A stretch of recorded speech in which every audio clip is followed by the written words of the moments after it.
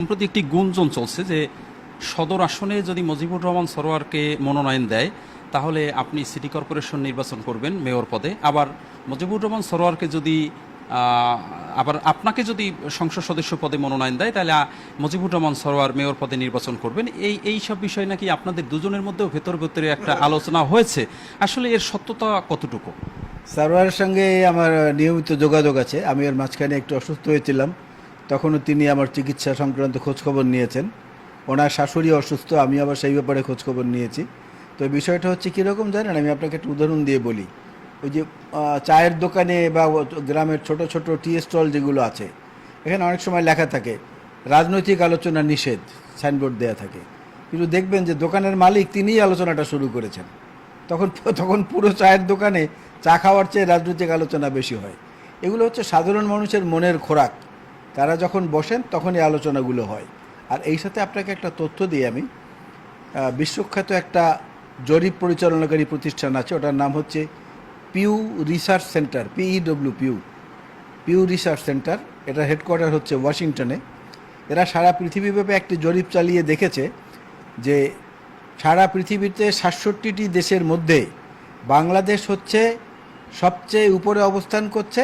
যে এই দেশের শতকরা ৬৮% মানুষ রাজনৈতিক আলাপ আলোচনার মধ্য দিয়ে তারা তাদের অবসর বিনোদন করে। বুঝতে পেরেছি বোধ আমি কথাটা। সম্প্রতি একটি গুঞ্জন চলছে যে সদর আসনে যদি মুজিবুর রহমান সরোয়ারকে মনোনয়ন দেয় তাহলে আপনি সিটি কর্পোরেশন নির্বাচন করবেন মেয়র পদে। আবার মুজিবুর রহমান সরোয়ারকে যদি আবার আপনাকে যদি সংসদ সদস্য পদে মনোনয়ন দেয় তাহলে মুজিবুর রহমান সরোয়ার মেয়র পদে নির্বাচন করবেন। এই সব বিষয় নাকি আপনাদের দুজনের মধ্যেও ভেতর ভেতরে একটা আলোচনা হয়েছে। আসলে এর সত্যতা কতটুকু? সারোয়ারের সঙ্গে আমার নিয়মিত যোগাযোগ আছে। আমি এর মাঝখানে একটু অসুস্থ হয়েছিলাম, তখনও তিনি আমার চিকিৎসা সংক্রান্ত খোঁজখবর নিয়েছেন। ওনার শাশুড়ি অসুস্থ, আমি আবার সেই ব্যাপারে খোঁজখবর নিয়েছি। তো বিষয়টা হচ্ছে কীরকম জানেন, আমি আপনাকে একটা উদাহরণ দিয়ে বলি।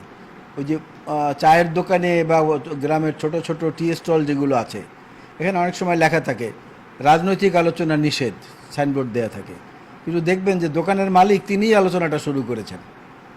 তখন পুরো চায়ের দোকানে চা খাওয়ার চেয়ে রাজনৈতিক আলোচনা বেশি হয়। এগুলো হচ্ছে সাধারণ মানুষের মনের খোরাক। তারা যখন বসেন তখন এই আলোচনাগুলো হয়। আর এই সাথে আপনাকে একটা তথ্য দিই আমি। বিশ্বখ্যাত একটা জরিপ পরিচালনাকারী প্রতিষ্ঠান আছে, ওটার নাম হচ্ছে Pew Research Center, Pew Research Center. এটা হেডকোয়ার্টার হচ্ছে ওয়াশিংটনে। এরা সারা পৃথিবীব্যাপী একটি জরিপ চালিয়ে দেখেছে যে সারা পৃথিবীতে ৬৭টি দেশের মধ্যে বাংলাদেশ হচ্ছে সবচেয়ে উপরে অবস্থান করছে।